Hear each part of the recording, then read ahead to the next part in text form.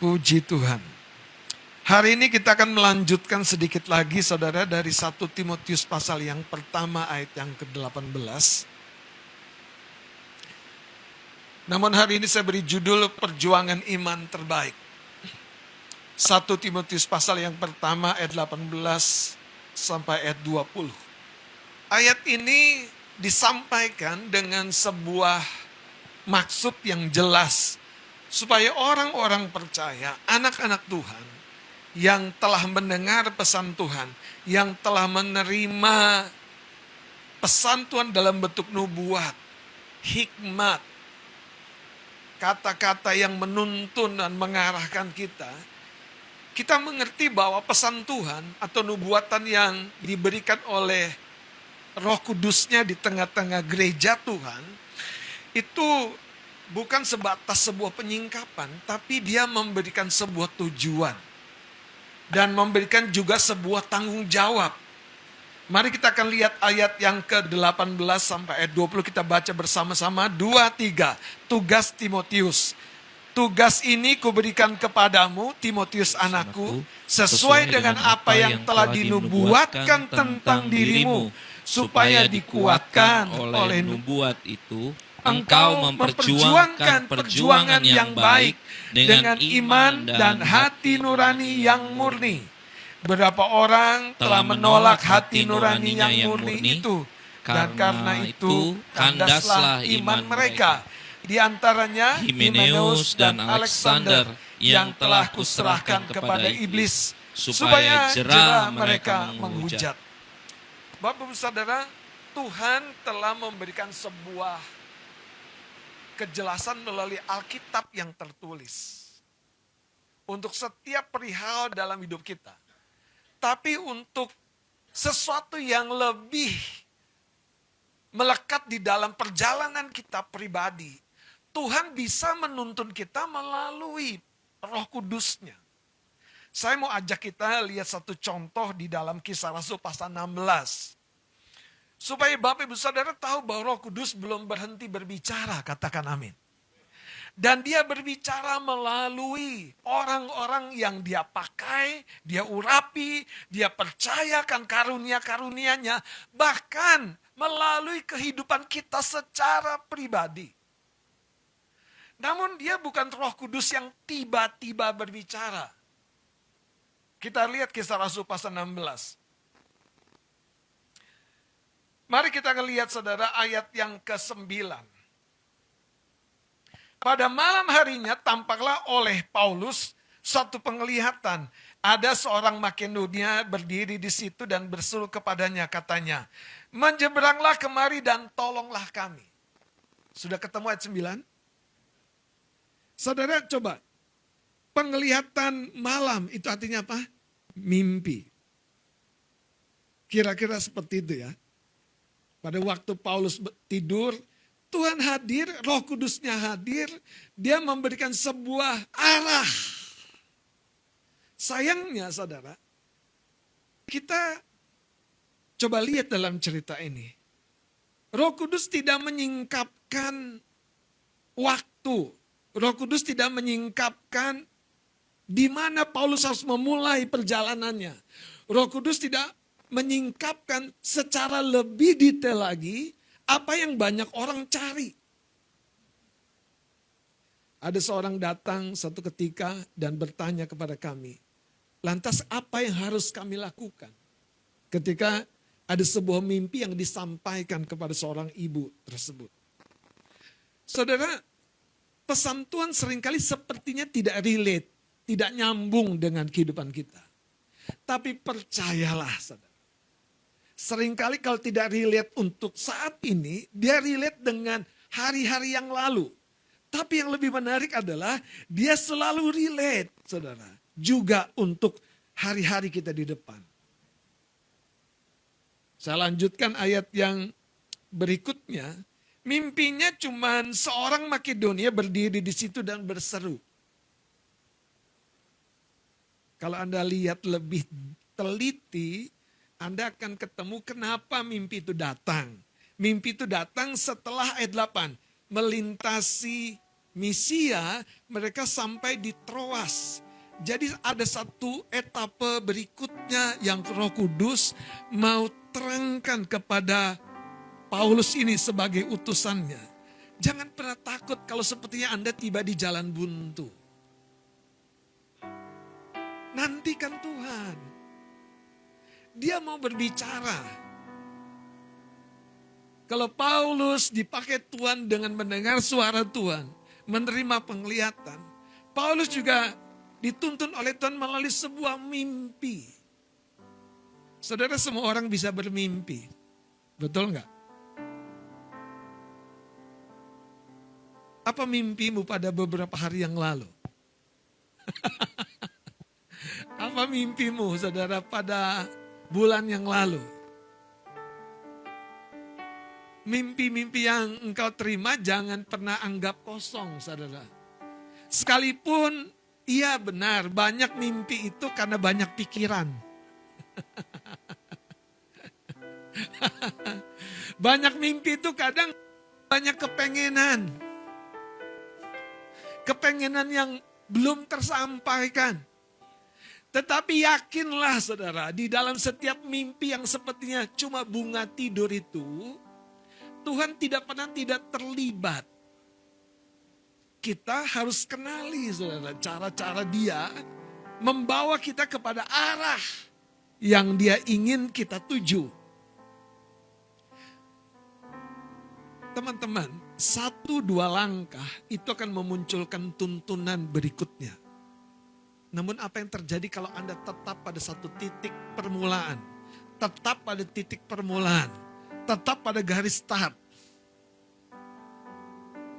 Tuhan bekerja di dalam kehidupan orang-orang yang percaya, yang beriman kepadanya. Haleluya. Itu sebabnya ketika Anda mendapat sebuah arah melalui penglihatan, mimpi, pesan nubuatan, Anda harus belajar secara pribadi nanya, Tuhan, apa startingnya nih? Kemana arahnya? Lanjut ya, lihat. Pada malam harinya, pada malam hari ketika mereka sampai di Troas. Ini signifikan sekali saudara. Kalau Anda tidak searah dengan maunya Tuhan, Anda mungkin akan ngeblank lagi dan ngeblank lagi dan ngeblank lagi. Yakinlah perkataan saya saudara. Tapi kalau Anda searah dengan Tuhan, Anda akan dituntun lagi, dituntun lagi, dituntun lagi. Iya saudara, Bileam juga nggak ngeblank, diperingati saudara. Sampai keledainya itu bicara, keledai tunggangannya yang sekian bersama dengan dia bisu. Tiba-tiba berbicara kepada Bileam sang nabi itu. Tapi Bileam tetap tidak bisa memahami bahwa Tuhan menghalangi perjalanannya. Wow. Lanjut ya. Ayat 10 kita baca sama-sama. 2-3. Setelah Paulus melihat penglihatan itu, segeralah kami mencari kesempatan untuk berangkat ke Makedonia. Karena dari penglihatan itu kami berhenti dulu. Siapa yang menarik kesimpulan? Siapa yang menarik kesimpulan? Paulus dengan timnya. Kalau Anda merasa bahwa Anda belum siap mengambil sebuah kesimpulan, libatkan orang-orang yang Anda tahu dapat menolong Anda. Katakan haleluya. Jangan terlalu kepedean sendiri. Atau jangan terlalu beku sendiri. Aku bingung bang, aku gak tahu bang. Itu sebabnya aku gak apa-apain. Nah itu juga salah.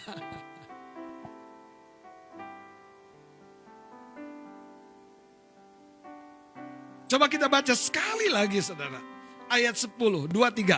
Setelah Paulus melihat penglihatan itu, segeralah kami mencari kesempatan. Katakan kesempatan. Berapa banyak orang miss-nya di sini. Miss-nya di sini, saudara. Miss-nya di sini. Arah Tuhan beri, tapi mereka terlalu males, mager. Untuk katakan mencari. Jadi bukan Tuhan gerakan kaki tangan hambanya ini. Katakan mencari. Duit datang dicari kan? Dengan bekerja, dengan dagang, dengan bisnis. dicari. Jadi kesempatan ada pun tidak boleh sebatas ditunggu, tapi dicari. Haleluya. Kami ada di penyeberangan pada waktu itu di Halmahera. Yang memandu kami seorang hamba Tuhan sudah bilang, Pak, kalau kita menyeberang sekarang, ini cuacanya lagi buruk. Cuman kami bilang, kalau kami tunggu, akan lebih lama lagi, lebih tidak tahu lagi bagaimana cerita kami yang sudah sepakat nanti ketemu di sana begini-begini. Kenapa? Karena kalau kami sudah bikin kesepakatan, di sana signal tuh nggak ada, Bapak-Ibu. Jadi kami sudah nggak boleh meleset. Kalau meleset, nunggu. Datang gak datang, ditunggu. Jadi waktu kami ngomong begitu, kami udah tahu handphone pasti nggak bisa digunakan. Itu daerah signal itu sangat susah. Kami kirim tengah malam, terkirimnya pesan besok sore. Jadi kalau kami ngobrol kita akan ketemu, sudah apapun perjanjian itu, apapun keadaannya, lakukan. Jadi kami menyeberang. Nah waktu menyeberang itu, teman saya suami istri, Bapak Jasman, dengan istri yang pernah khotbah di sini udah bilang, Mah pegang itu jerigen ya. Kalau kapal kita terbalik, paling tidak kamu sudah punya jerigen. Untuk ngapain? Untuk jadi pelampung. Karena cuacanya sudah tidak mendukung. Tapi yang saya mau sampaikan Bapak Saudara, kesempatan jangan kita identikan kesempatan yang ideal. Ini yang banyak menjadi blocking di pikiran kita. Kesempatan kita tunggu yang begitu ideal. Ya jujur ya Bapak Saudara, gak ada kesempatan yang betul-betul ideal menurutmu. Karena logika berpikir kita beda dengan logika berpikir Tuhan. Lah gak usah jauh-jauh, logika berpikir kita dengan logika berpikir pendetamu ini aja beda. Makanya kita harus samakan, betul gak? Deal-dealan, betul gak? Katakan colek kanan kirimu, kamu harus deal-dealan. Iya kan? Suami istri saja tidak selalu sama. Gak usah jauh-jauh deh suami istri, kekasih hatimu. Yang orang bilang apa namanya? Soulmate. Katanya sih soulmate. Ya. Tapi ke food court aja bikin berantem. Ke food court milih makanan bikin berantem. Karena memang beda kan?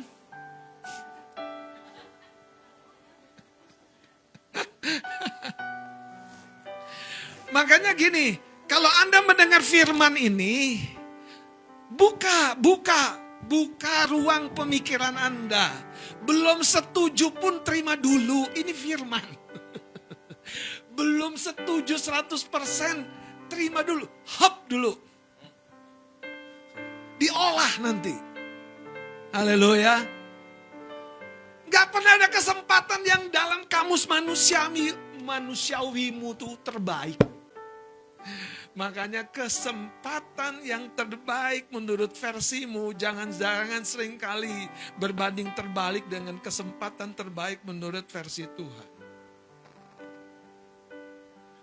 Oh, Paulus tahu waktu dia harus melintasi satu wilayah di mana banyak pertentangan, banyak masalah, tapi dia berkata di situ ada kesempatan besar. Mari kita lihat saudara. 1 Korintus 16.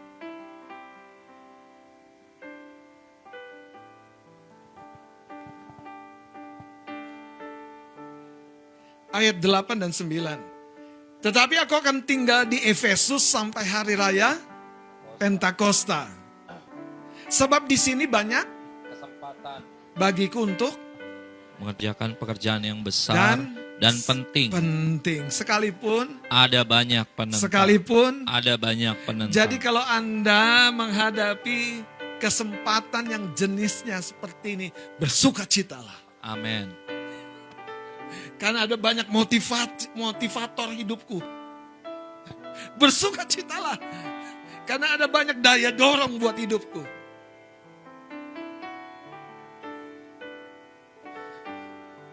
Ada seorang pemuda bekerja keras melamar istrinya. Karena dianggap rendah oleh calon mertuanya. Gimana Bapak Ibu Saudara? Ada seorang karyawan bekerja, belajar, mengoptimalkan diri. Karena dianggap lo mah gak mungkin sukses sama teman-teman sekampungnya. Kesempatan seringkali bersisian dengan yang namanya pertentangan, resiko. Kalau Anda hari gini masih cari kesempatan yang pure, murni, nggak ada masalah, semuanya teratur dengan baik, Anda lupa untuk itulah kita punya iman dan bersama dengan Tuhan. Katakan haleluya.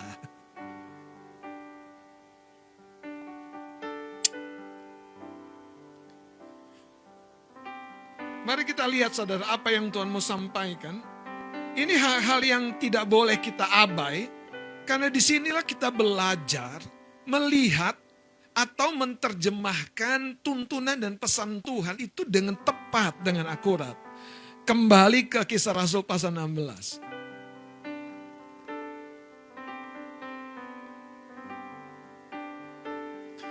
Satu hari Ibu Gembala cerita, dia dapat undangan ke Israel. Bulan Desember, waduh, kesempatan Natal di Yerusalem. Itu kan mimpi indah kan. Cuman berbarengan dengan Natal jemaat. Ibu Gembala ya prioritasnya tentu jemaat. Cuman namanya tawaran dia berdoa dong. Tuhan kasih dong tuntunan.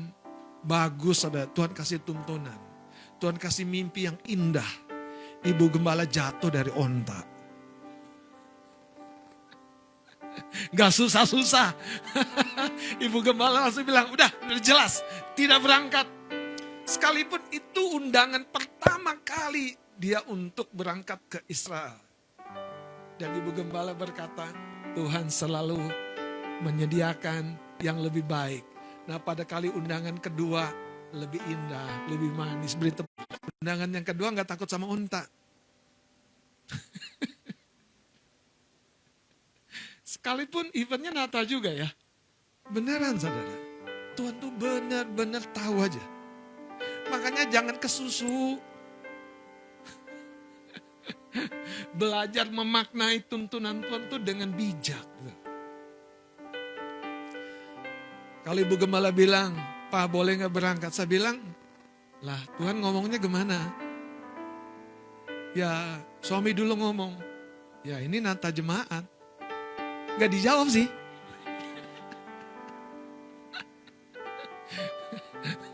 Gak dijawab sih. Cuma dikasih kode.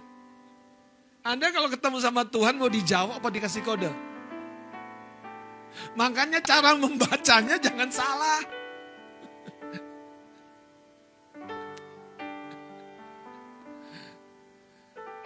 Saudara, kepada orang-orang yang berpikir praktis, Tuhan tuh enggak kasih sesuatu yang ngejelimet. Nanti kasihan, anaknya pusing. Tapi sama orang yang mampu mendalami, kadang-kadang Tuhan cuma kasih sepotong. Dia pengen lihat anak-anaknya tuh bertumbuh. Kembali kepada ayat 10, coba lihat saudara. Karena dari penglihatan itu kami menarik kesimpulan bahwa Allah telah memanggil kami untuk, lo gak ada cerita Injil tuh di ayat 9. Mimpinya cuma seorang Makedonia, help. Betul gak?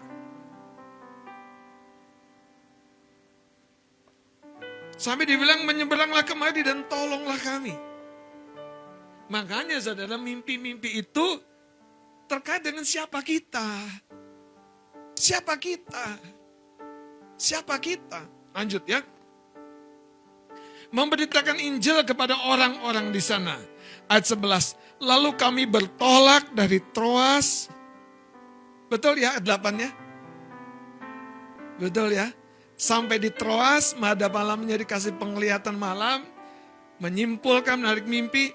Lalu kami bertolak dari Troas dan langsung berlayar ke Samotrake. Dan keesokan harinya tibalah kami di Neapolis. Terus baca. Dari situ kami ke Filipi, kota pertama di bagian Makedonia itu. Suatu kota perantauan orang Roma. Di kota itu kami tinggal beberapa hari. Apa yang Anda temukan di ayat 12 ini? Kita sampai di sebuah lahan yang luas, kemungkinan yang besar, tapi kita harus mulai dari sesuatu yang simpel. Ayat ini berkata ayat 12, dari situ kami ke Filipi, kota pertama di bagian, jadi nggak salah alamat mereka. Mereka tiba di kota pertama di bagian Makedonia ini. Jadi sepertinya Paulus juga masih kira-kira. Makedonia yang mana? Tuhan, cowok ganteng yang mana? Tuhan, putri salju yang mana? Tuhan, bisnis kuliner yang bagaimana? Tuhan, tolong terjemahkan. Betul nggak? Kita nggak selalu. Makanya dalam konteks inilah kita perlu tumbuh. Kita perlu belajar. Kita perlu melek. Lanjut ya. Ayat 12 saya tutup. Di kota itu kami tinggal beberapa hari. Wow. Saudara kembali kepada 1 Timotius pasal 18. Perjuangan iman yang terbaik. Katakan perjuangan iman yang terbaik. Pertanyaannya, sudahkah kita memahami dalam versi diri kita, perjuangan iman yang terbaik seperti apa?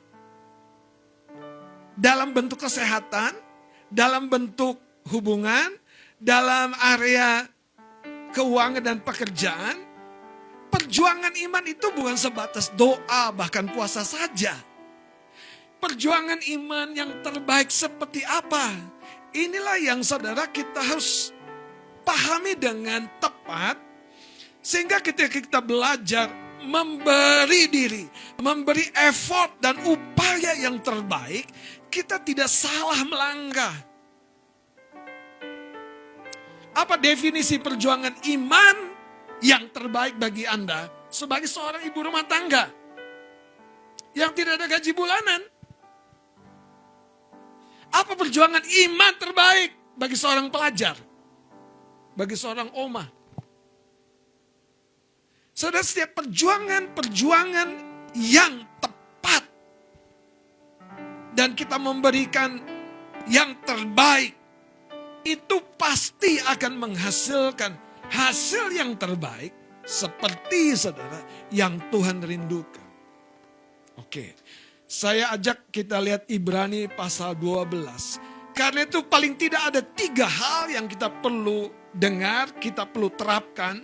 Dari Ibrani pasal yang ke-12 bagaimana Alkitab mencatat tentang perjuangan iman terbaik dari teladan iman kita, Yesus Kristus Tuhan. Ayat yang pertama dan kedua.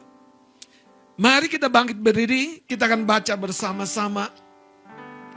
Dengan kesadaran penuh, lihat ayat ini sedang bicara kepada kita. Ayat 1 dan 2. Kita baca 2, 3. Nasihat supaya bertekun dalam iman. Karena kita mempunyai banyak saksi, bagaikan awan yang mengelilingi kita, marilah kita menanggalkan semua beban dan dosa yang begitu merintangi kita, dan berlomba dengan tekun dalam perlombaan yang diwajibkan bagi kita. Marilah kita melakukannya dengan mata yang tertuju kepada Yesus yang memimpin kita dalam iman dan yang membawa iman kita itu kepada kesempurnaan, yang dengan mengabaikan kehinaan tekun memikul salib ganti sukacita yang disediakan bagi Dia yang sekarang duduk di sebelah kanan tahta Allah. Coba salami paling tidak 3 orang katakan ayat ini buat kita. Buat abang. Buat kita.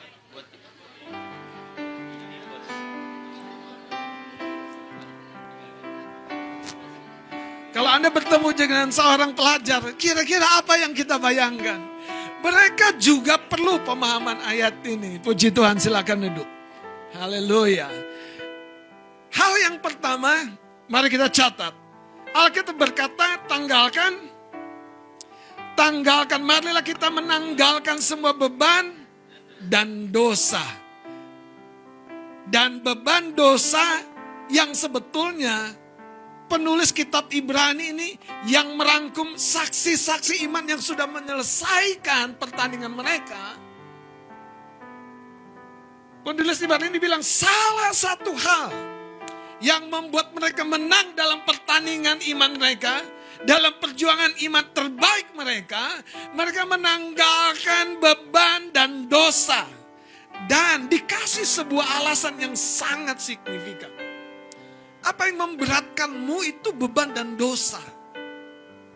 Apa yang memberatkan, saudara? Kadang-kadang prosesor handphone kita, laptop kita, itu justru file-file tidak berguna. Story-story yang kita buka, enggak kita bersihkan. Nah, itulah yang terjadi ketika Rasul Tuhan menulis cerita ini. Dalam hidup kita yang hari ini fokus kepada garis akhir.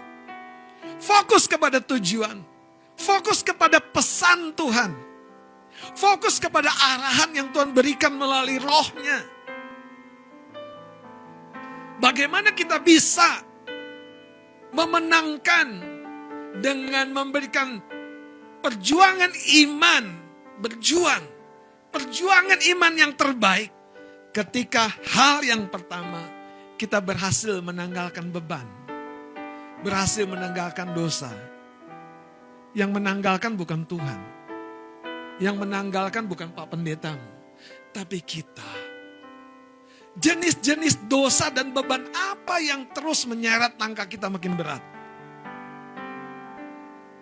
Seringkali itu berbicara sesuatu yang melekat kepada kesukaan manusia daging kita. Yang menghasilkan pengabaian, penundaan, penolakan, kemarahan, persungutan. Kekasih-kekasih Tuhan, kapan terakhir kita menyelidiki hati kita? Membawa terang lebih menyoroti karakter kita. Lebih menyoroti apapun yang sifatnya menjadi beban.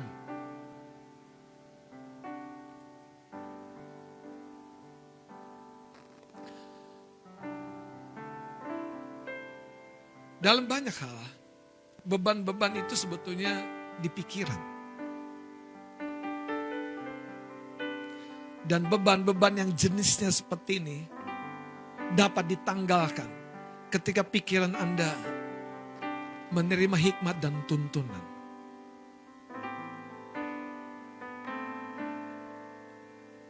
Ada orang terbeban sekali dengan kehilangan seorang yang terdekat di hidupnya. Sebegitu terbebannya gak bisa move on. Sebegitu terbebannya dia gak bisa melayani lagi. Sebegitu terbebannya bahkan lebih baik aku menghindar dari kerumunan orang banyak. Sebegitu terbebannya dengan semua fasilitas yang Tuhan sudah berkati. Dia melihat hidupnya tidak berarti lagi. Anda tahu orang yang jenis seperti ini saudara. Dari manusia dagingnya. Jadi kalau Anda dengerin ada orang terbeban. Kadang-kadang jangan dikonseling kelamaan, capek. ajak doa, ajak menyembah. Karena yang koslet itu cara melihat dirinya. Nah, siapa yang bisa membenarkan, meluruskan cara melihat diri orang yang begitu dekat dengan Yesus? Namanya Petrus.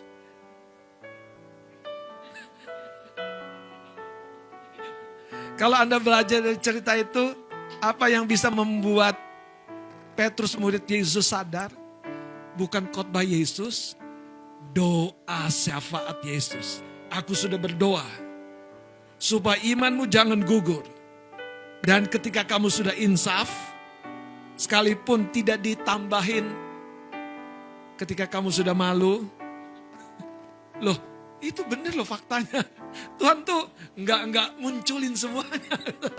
Ketika kamu sudah ditanya 3 orang, ketika kamu betulan ayam kecekek mulutnya, karena kamu belum genap menyangka 3 kali. Saudara, itulah waktu di mana betul-betul masalah banyak orang tuh ego. Beban itu beda dengan dosa. Beban itu lebih berbicara sesuatu yang pokoknya paling utama. Hal yang kedua yang Bapak Ibu Saudara harus lihat sini. Bicara menanggalkan beban dosa ini bicara proses. Tidak ada satu kesempatan sekali jalan. Karena itu bertekun dalam proses ini. Yang kedua, dikatakan, mari lihat ayat ini saudara. Dan berlomba dengan tekun. Disinilah kita harus mewarnai langkah-langkah kita tuh. Mewarnai diri kita dengan ketekunan. Perjuangan iman yang terbaik selalu punya identifikasi warna. Namanya ketekunan. Coba sekarang, besok, mundur. Besok lagi deh. Besoknya, besok lagi. Itu namanya gak jadi, saudara. Anda pernah lihat orang yang masuk gym sebulan sekali? Pulang-pulang pada bengkok ototnya. Bukannya tumbuh. Pegel, saudara, sakit. Karena itu butuh ketekunan. Haleluya. Tepuk bawah kanan kirinya dong. Jangan bengong. Tekun.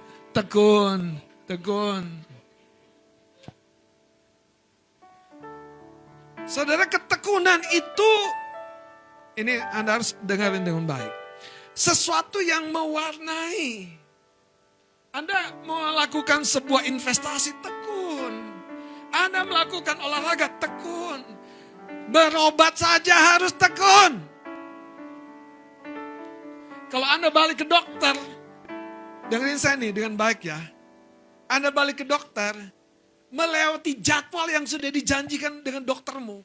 Yang pertama dia keluarkan dari kata-kata doktermu itu apa? Oh, ngomel, jelas. Dokter itu akan ngomel. Karena dokter itu akan bilang, kamu membuat resep saya jadi buruk. Seolah-olah resepku gak manjur. Padahal masalahnya bukan aku, bukan resep, bukan obat. Tapi kamu tidak melakukan dengan benar instruksi yang disampaikan. Kira-kira Tuhan tuh akan elus-elus Anda terus gak sih? Kadang-kadang orang Kristen suka mimpi itu saudara. Dia pengen ngomelin kita selayaknya murid. Bukan penjahat, bukan. Murid pasti diomelin lah. Kasih tahu dong kanan kirinya. Kalau kamu belum pernah diomelin Tuhan, oh, jangan-jangan kamu belum paham Tuhan lagi ngomel.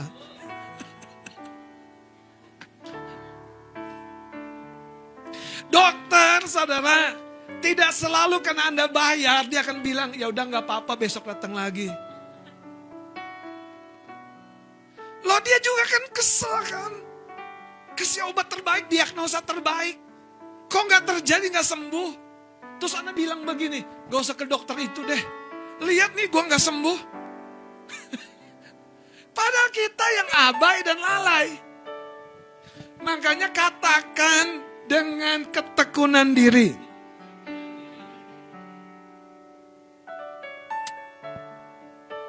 Gak ada orang hebat yang dapat terus jadi hebat, yang tidak memiliki kedisiplinan dan ketekunan. Gak ada.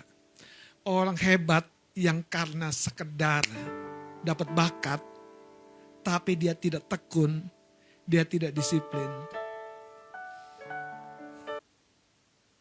Haleluya. Yang ketiga, Bapak Saudara. Ini ketiga yang utama. Anda bisa menanggalkan beban dan dosa, Anda bisa bertekun dalam setiap proses Anda. Tapi jangan pernah hilang atau kendor untuk yang ketiga ini, saudara. Lihat, Ibrani pasal 12 ayat 2 dikatakan, marilah kita melakukannya dengan mata yang... Saudara, ketika mata kita tertuju kepada Yesus, ini bukan bicara mata lahiriah. Ini bicara mata hati kita yang terhubung dengan Dia. Karena itu saudara, setiap kita seperti Paulus yang dapat mimpi. Tidak ada malaikat dalam mimpi itu. Tidak ada kata Injil dalam mimpi itu.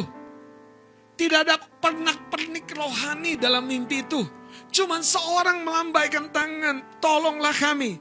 Tapi Rasul ini tahu, mimpi ini tidak terjadi tiba-tiba. Makanya dia mencari kesempatan dan melangkah menuju tujuan yang Tuhan nyatakan melalui mimpi tersebut. Bagaimana dengan kita? Saudara, kehidupan iman kita yang hari ini kita belajar ekspresikan yang terbaik dalam perjuangan iman kita. Tapi jangan pernah lepas dari keterhubungan kita dengan sang pemimpin iman kita, yaitu Yesus. Apa maknanya buat kita? Saya terangkan dengan sederhana. Kalau Anda mengabaikan doa, Anda mengabaikan tuntunan Tuhan, Anda mengabaikan pesan Tuhan, Anda bertekun, Anda mengabaikan tuntunan Tuhan, ya Anda melepaskan dosa dan beban. Tapi Anda mengabaikan Yesus yang perlu hadir di setiap langkah hidupmu. Disitulah sebetulnya yang terjadi dengan Simson. Simson kehilangan persekutuan pribadinya dengan Tuhan. Elia kehilangan persekutuan pribadi yang intim dengan Tuhan di level dia sebagai nabi yang sedang berperang. Akibatnya besar. Anda pernah lihat nggak? Orang-orang yang waktu memasuki sebuah olahraga yang ekstrim, tapi dia belum membangun sebuah kebugaran yang ekstrim, habis. Kalau olahraga tepok-tepok boleh kan? Tapi kalau Anda sudah memasuki kejar bola sana, kejar bola sini, otot kita tuh dituntut, haleluya. Ya kan? Jadi kalau pegel-pegel katakan selamat. Benar. Kalau Bapak Ibu Saudara mau mengalami Tuhan, dan Anda tahu siapa diri Anda, terus terhubung dengan Tuhan, dengan cara di mana Dia menuntun, membimbing, membimbing. Perjuangan iman terbaik selalu akan menghasilkan hasil-hasil yang terbaik. Sudahkah kita mengukur seberapa kuatnya perjuangan iman kita?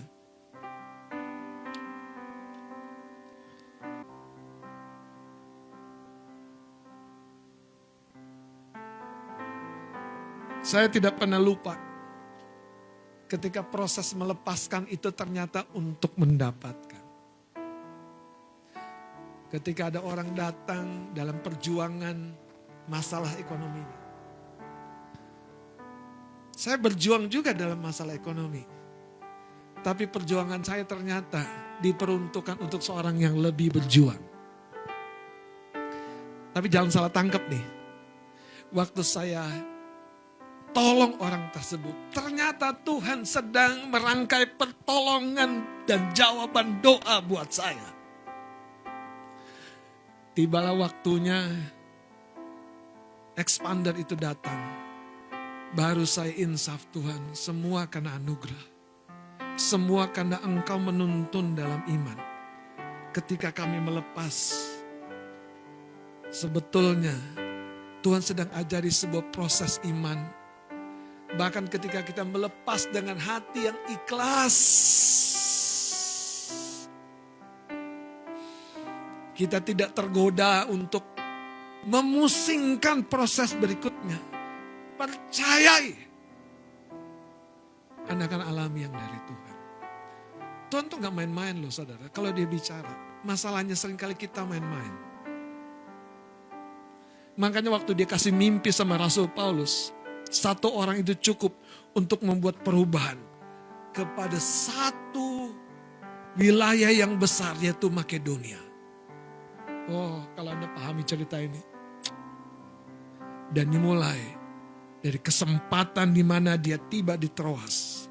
Saya percaya sekali, kalau Bapak Ibu Saudara ada di tahun ini, di kesempatan ini, Tuhan sedangkan memulai lembaran baru. Ketekunanmu dicari, dinanti Tuhan. Kegigihanmu, saudara, dinanti, dicari Tuhan. Jangan tunggu kesempatan-kesempatan yang terbaik menurut versi manusia lahiriah kita. Ikuti tuntunan Tuhan. Maka saya percaya sekali, Tuhan tidak pernah abai dengan perkataan nubuatannya. Amin. Mari kita bangkit berdiri.